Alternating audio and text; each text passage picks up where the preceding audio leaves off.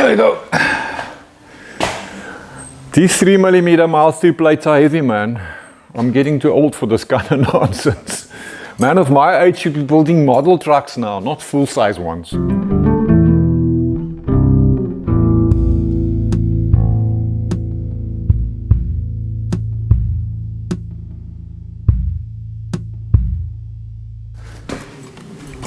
Well, I'm going to try and make my life a little easier.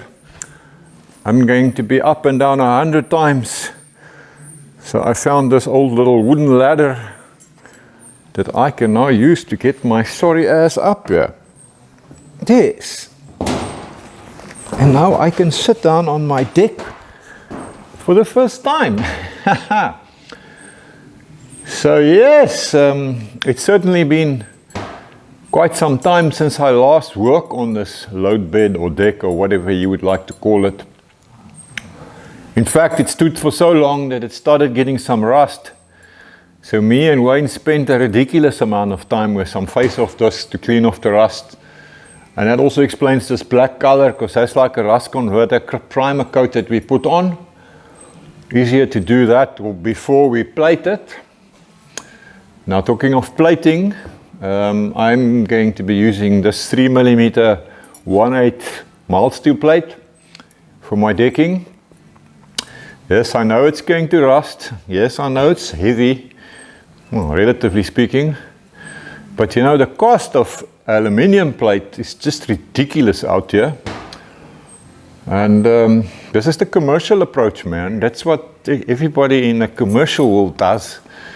Them fancy aluminum plates, as you might in the US refers to it, that's just for the fancy guys, man. This needs to work. So my 1/8 3mm mild steel plates is going to plenty good. I've got a few welds done to hold this first plate in place, but now it needs to stop here. I can't continue it because then it goes below my, shall we call it, the wheel arch. So that's why I've now got this plate, this bend in it, which will go there. Yeah, I suppose a nicely rolled bit of plate would have been nice, but I don't have any equipment here that can roll this 3mm thick plate. So this will do. But I don't think that's going to be much of a problem. It's not much of a rise. So we need to get this in place. And then my next plate will butt up to this one here with the kink. Kinky stuff going on here. Yeah, something like that. Well, you might not believe it, but I used a baby grinder to cut this 3mm plate in half. It goes a lot quicker than you think, and if you work carefully, it gives you a very nice clean edge. So I had this Bulldog brand of disc here, and to make this 2.45 meter cut, I used 1.5 of those discs. Okie dokie, now I can get this last piece into place, the one that runs here down the beaver tail. Maneuver that, tack it up. My first set of plates are tacked into place and I can now walk up here for the first time. Ah, that's exciting. Oh, this light is a little low now. Yes. Cool. Now I got to do the other side. And lots of welding.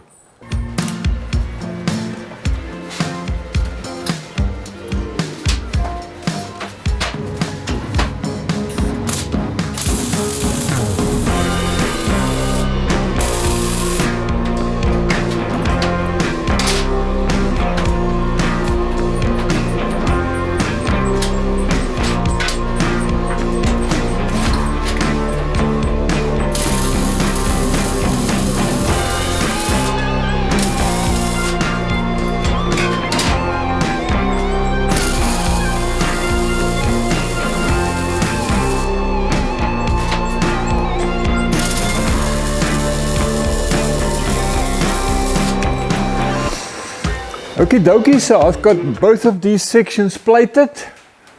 Mostly just tack welded. I've still got a lot of welding to do here. And now you are probably asking, well, what's the deal with this gaping opening here down the middle? Well, it's mostly due to the BS that's swirling around in my brain. So here's my thinking from a car carrying practical point of view. A car wheel will never touch the center section, obviously, because it will be sitting here, and even the narrowest car will fit on here, no problem. Oh, well, a three-wheeler will be problematic, but I don't play with those. So, yeah, if it is like this, loading a car on here is no problem. So the only actual reason to plate this would be to make it easier for someone to walk around here, or if you want to load other things besides cars, which is not really the purpose of the truck. And then of course, if I don't plate it, I do save some weight and I save some money. I mean, the price of steel these days are ridiculous. So I'm going to run with it like it is now. Down the line I'll probably regret it. But then it's easy enough to fit more plate. I don't have more plate at the moment, and the steel supply place is closed now until I think the middle of January, so I can't buy more plate even if I want to. So I say, yeah, so like I said, I'm going to run with this. We will be able to load the car. Yeah, let's see how it works out. Kind of just thinking now, you know, you might be able to build a storage box right in there. Sure, it will sit under the car when the car is loaded. But if you keep your straps and stuff in there, then it's no issue, because you can take them out before you load the car. You load the car, you're going to use the straps to tie it down. So that could work. We'll see. Let me get welding. I've got a lot of it to do, like I said, and I must still do some welding from underneath as well, which is, yeah, you know the deal, right? Wish me luck.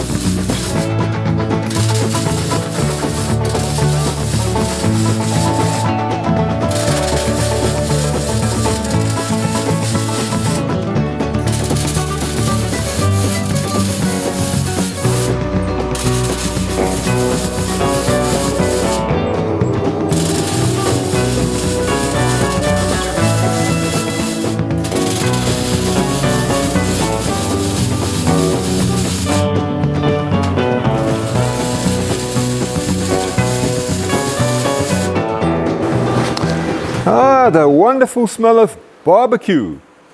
A little bit of peripheral damage right there. Barbecue, barbecue, barbecue. There's some strange words in this English language. I mean, barbecue? It's like a row of people by that dude that never sees me, the barber. Barbecue. Hey, tell me to stop talking nonsense and get back to this upside down welding business. Hey. Whew, just taking a breather here. I got this wonderful upside down welding done, at least in this area. And yeah, my freaking OCD made me mark out all these welds, because I'd like to have them equally spaced. I mean, what the hell is wrong with me? This is underneath, upside down. I mean, you can't even see. For quick, repetitive marking out of my OCD-driven stitch weld spacings, I made this simple memory stick right here. So I can hold my memory stick like this, quickly make my marks, and then I will know where to weld. And then, when we park the truck on a mirror at car shows, it will look good. You do know that I'm talking utmost nonsense, right?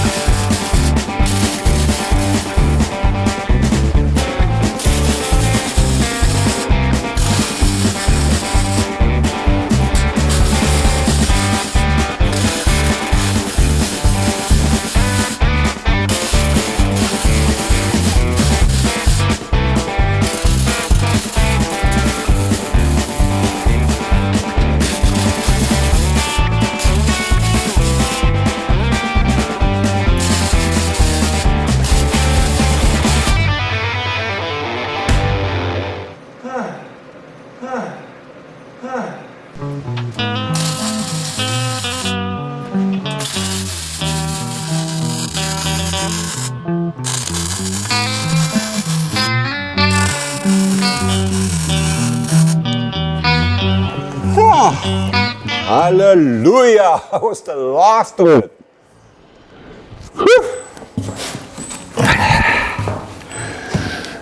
Well, now, that was certainly not one of my favorite activities, to say the least. But it's done, and I escaped with minimal damage. So I think I'm just going to sit here for a while, take a breather, and contemplate my sins.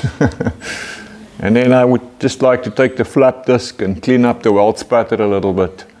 Yeah, I hate to see those little balls of steel.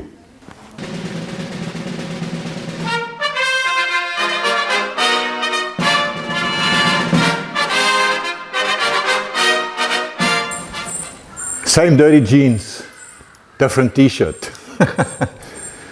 Yeah, so my breather yesterday, lasted a lot longer than I planned. Because I tell you, after all this crawling around underneath the truck and the overhead welding, I was quite knackered and I just faded away and went home. I tell you, back in the day, I could do my 12, 14, 16-hour days, no problem. But I'm afraid that's no longer the case. Now it's a question of slow and steady. I think that's the secret, slow and steady. So yeah, anyway, I got the majority of the welding done. There's a few more items on the list before we can paint all of this. And that will be number one, adding hooks all over the place to strap things down. I got to do some brackets for the taillights. And number three, I would like to add a roller right here. Because when the winch cable comes this way and it goes over this sort of point right here where the back end drops down, this beaver tail part of it, without a roller, there'll be quite a bit of chafe here. So I think I like the idea of a roller that will be installed right here. And I've actually already started work on that this morning. So let me go and show you. To make my roller, I turned these bushes and welded on to this, which I suppose you can call a flange now. Okay, bushings. I know some of you guys like to say bushings. We call them bushes for some reason. I don't know why. The lions roar in the bushes. And then this one, yeah, will rotate in there. And it's also a nice tight fit in this piece of seamless heavy wall pipe. Tap that into place. And then I'm going to spot weld it, or plug weld it rather, through that hole. And then in the end, we will have this set up on both sides. Just need to tap it in a bit more.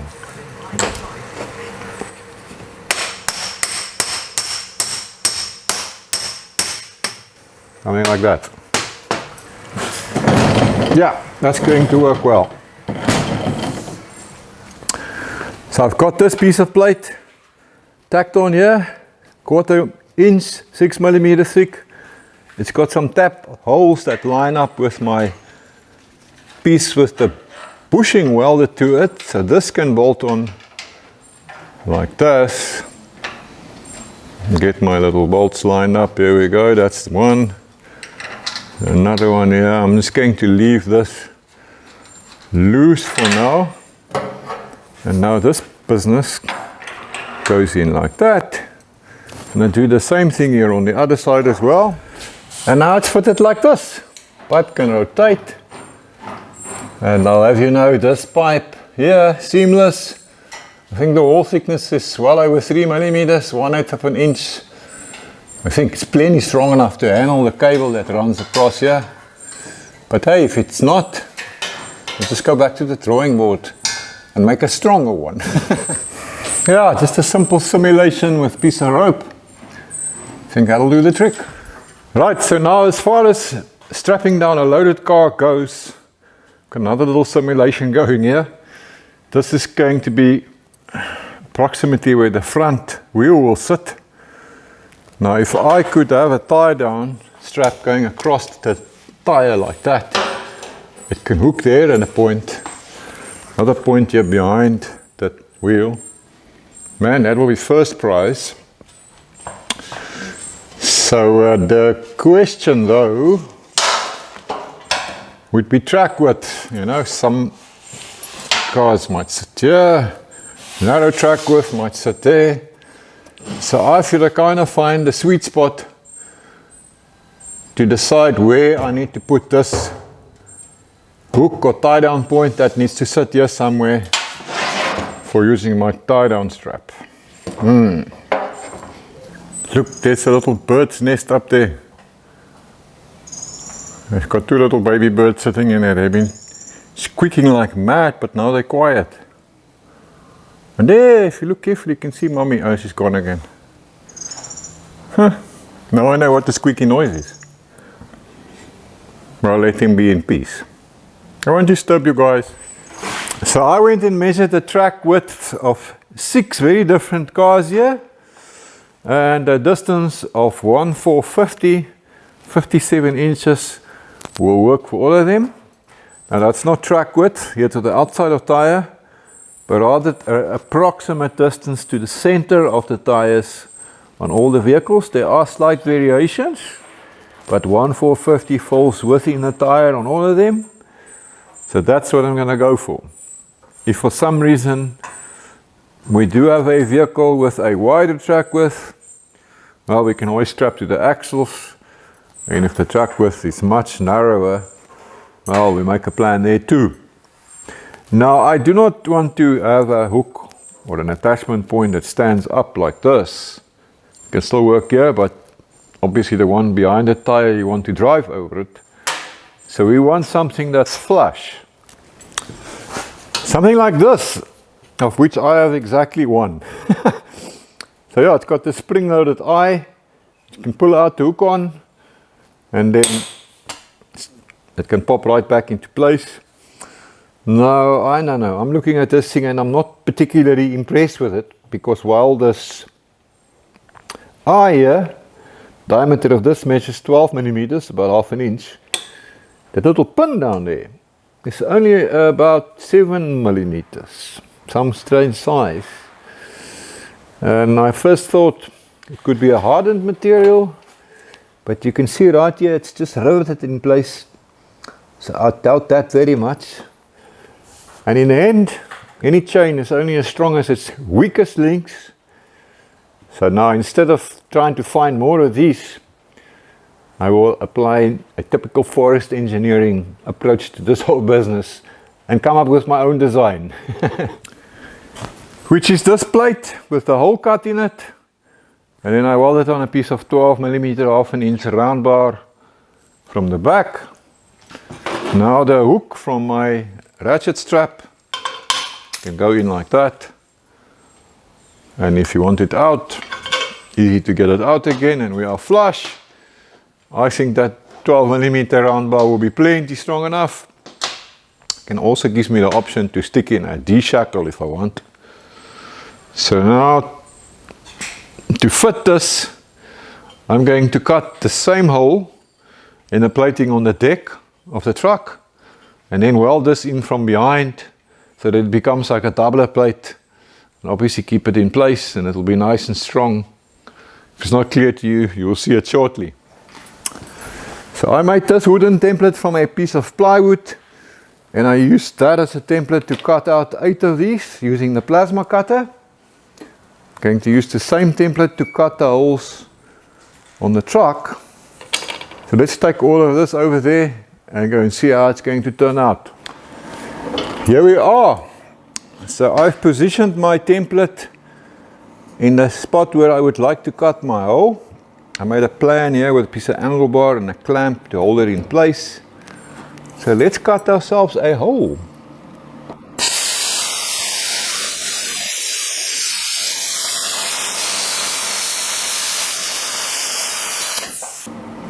Okie dokie. So now I'm going to take off my clamp and get this out of the way, and then we can see how one of these things are going to fit. Now, well, not exactly a computer controlled cut, eh? But it doesn't matter, because now this is going to go in from underneath like that, and then once I've got that welded on in place all along the edge of that doubler plate from below, the plan is also to weld all the way around here. I've got my doubler plate clamped in place and I'm ready to weld it. And if you look carefully, you will see that I did bevel the edges of both these holes all the way around, just so I get good weld penetration when I do the welding along this edge. Tap, tap, tap all the way around, and I'm now going to clean it up with this wonderful and evil machine. Evil because sometimes when the barefoot mechanic comes around and I haven't swept the floor yet, those little evil slivers attack him.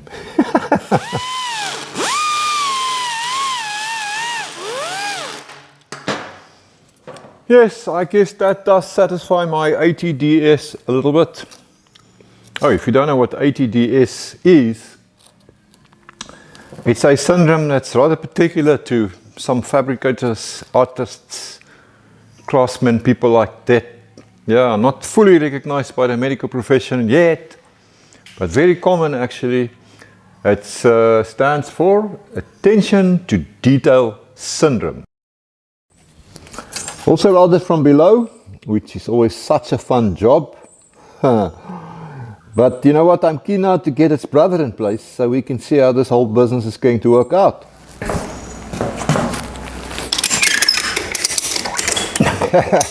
Yes, that's not going anywhere. Now, well, obviously it will have sideways wobble, but in fore and aft, no ways.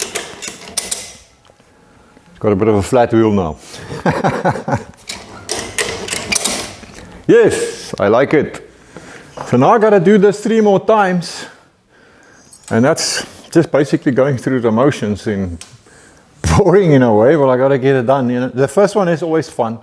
You know, coming up with the idea, figuring it all out, making a plan, proving the concept. Some fancy guys like to talk about designing this and designing that. Yeah, I don't know, I feel that's too strong a word for a simple bracket. But anyway, I suppose I better get the other 3 done as well. Much later. Check it out, the car is loaded. Just use your imagination to fill in the blanks, man. You can make it the car of your choice.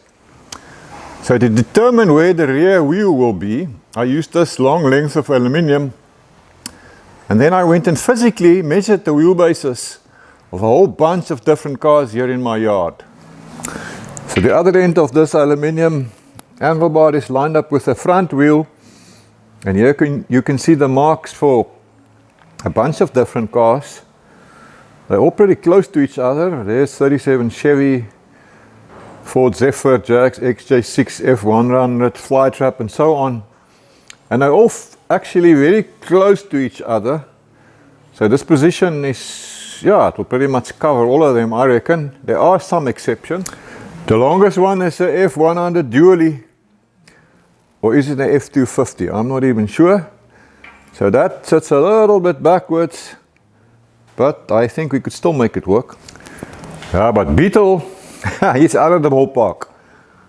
He sits way in front of that typical position, so we'll have to make another plan if we load a beetle. Then the rear wheel of the Rhino bug will end up right here, and then the shortest one of the lot is that little green Fiat Topolino right in this position. So for these two shorties, we will have to make another plan as well. Well, it took a lot longer than I thought to get all of these things done, but then it always does, doesn't it? And I've been sweating, man. I've been sweating like a pig. It's hot out here, it's the middle of the summer. Sweating like a pig. That's such a funny saying. English is a strange language. Did you know that a pig doesn't actually have sweat glands? Really? I mean, go Google it if you don't believe me. Pigs can't sweat, so I don't know where that saying comes from. Taillight brackets also done. I found these old school taillights here in my collection, so they're going to sit like that. This is about the only position I could think of, because I can't mount anything down there below the sliding rails, or sliding tracks rather. That's way too low. And I can't go there somewhere because that will put the taillights too close to each other. So it's gonna have to be right here. So now, whilst the lights do sit on the outside of this frame here, the tire there is still the widest part. So yeah, the camera might distort it a little bit, but that is actually how it is. And now, just to be sure that you can't snag anything with this bracket that's sticking out, especially when the barefoot mechanic is driving. Hello, Wayne. I welded in this strong piece of pipe here. So now you can just go bounce.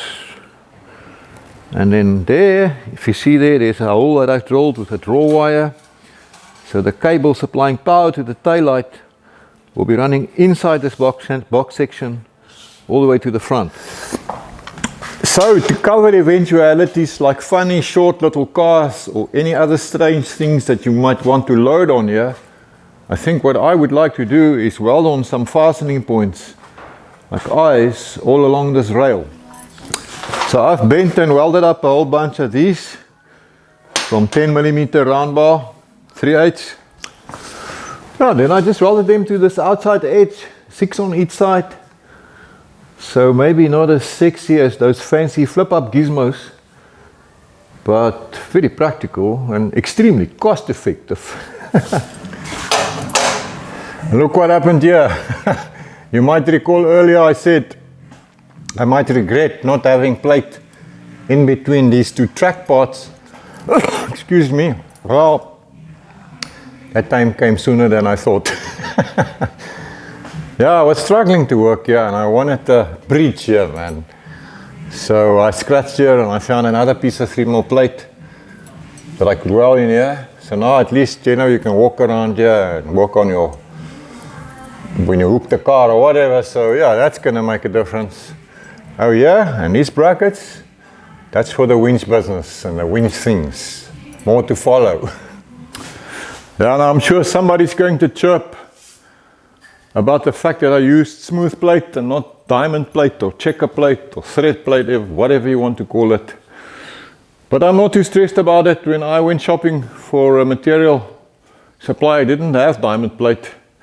And I got a good deal on this, which is actually quite a bit cheaper. I'm not stressed about it.